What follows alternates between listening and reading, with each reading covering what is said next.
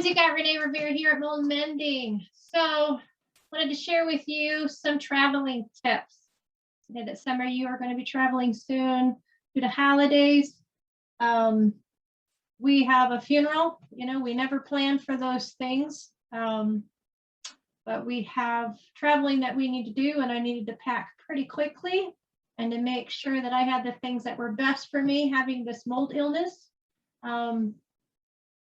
Why is traveling a big deal for those of us with SIRS? Well, I've actually fainted in an airplane because of my illness and because of my reaction to chemicals and even animals. I ended up having a dog in the same aisle as me, and allergies are starting to go off.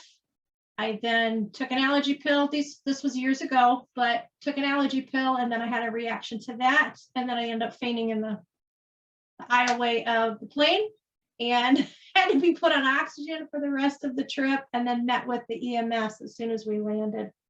So not a fun deal, and have dealt with being ill many times when I was traveling. So now that I am on the upswing of what's best for me and my health is getting better, I am now traveling again. It's been 5 years since I've traveled, and going to see if we can pull this off. Definitely in a better place. So I know I'd be able to do it, but I know that there are still protocols that I need to put in place in order to travel successfully and it not to give me that dip in energy that traveling can do. Currently, what travel does to me is if I go 2 hours or longer, either the day after or about 4 days later, that's just a pattern I've noticed this year, I will have this dip in energy, and a dip day where I just need to be resting and not doing any kind of work or projects or such, just being at home. And that day is just nap day, rest day. So with this trip coming up, actually in just about 3 days, I needed to pack well things that will keep me at my top health-wise. So behind me, I actually laid out a few things, and I wanted to share those items with you. Because those of us with this, with mold illness, we also have some co-infections that play along with that. And for me, one of them is Candida, and the other is multiple chemical sensitivity. And so because we are traveling through an airplane, as well as going places like funeral home, as well as staying at people's homes and staying at a hotel, there's a lot of protocols that I have to go through every time I go into a new place. So at least I can be set up for each of these places I'm going to. So the first thing is I'm going to an airport, going on an airplane, and going out, there's a little bit of a difficulty when I go out. Chemicals like soaps, fragrances, dyes, fillers and adders, things that are added to like soaps and lotions, I cannot tolerate. And obviously traveling on a plane, we're going to be using the bathroom, needing to wash our hands. Before I touch my food, I need to wash my hands. So I've got a little soap container. What I'm going to end up having to do is take a little sliver of soap, put in a little Ziploc, and that just needs to be on me. That's one way you could do it. I have some friends that have made their own little squirt soap or their own squirt sanitizer. What I'm planning to do instead of carrying around my soap is actually carry around some antibacterial wipes that are fragrance-free and do not tear up my hands and dry them up. So those will actually be in my bag with me at all times. So anytime I need these hands cleaned, getting rid of germs, I'm ready. So the other thing with traveling, like when I go to the hotel, I can't use a hotel soap that they provide or going to other people's homes. So I do carry around my own sliver of soap at a place that I'm going to be staying at. And then I use that after I use the bathroom. I use my own soap so that I'm not getting that dryness. I'm not getting the cuts, because that's just what chemicals do to me. They cut me up very quickly. So just to avoid that on traveling, I deal with that Because we're getting on an airplane, you need to make sure you stay hydrated. And of course, we cannot bring filled containers. So I've got one specifically where germs can't get to where my lips are touching. So this one covers all of that. This would be empty going on the plane with me. Right before loading the plane and going through the, all the baggage check and stuff, I will then fill this before I get on the plane.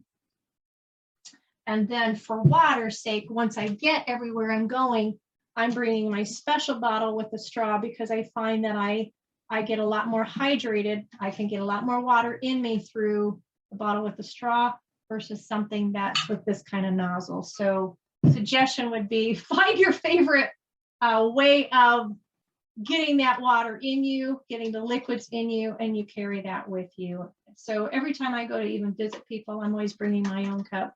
So why wouldn't I do that when I'm traveling as well, just so I stay hydrated? Other thing is I have my own toilet paper on me now.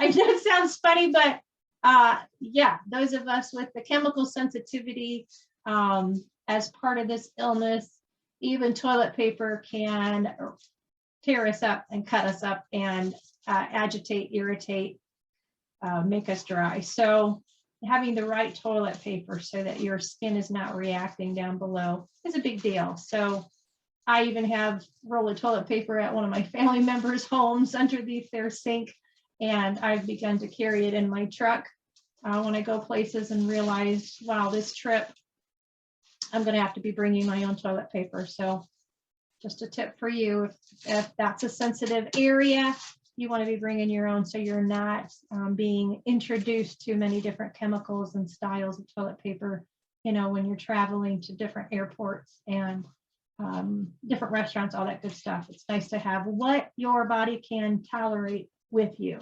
So it includes toilet paper. And the other thing I have here is my own lotion. I put in a little container. I make my own handmade lotion tallow. When I don't have my own tallow, I will buy it naturally from a friend.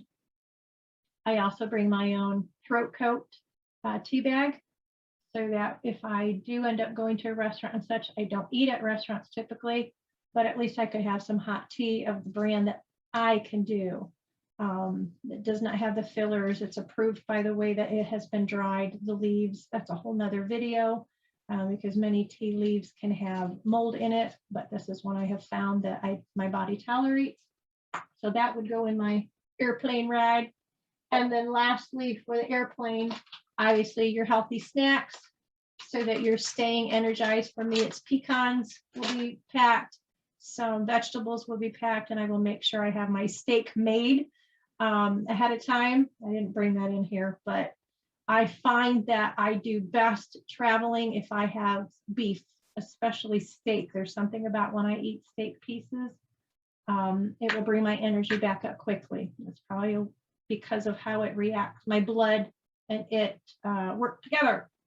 There are some foods out there that just diminish your energy, and steak is something that just ups me quick. The other thing is a scarf, and some people will carry a little blanket or a sweater because you don't know about the air that's blowing.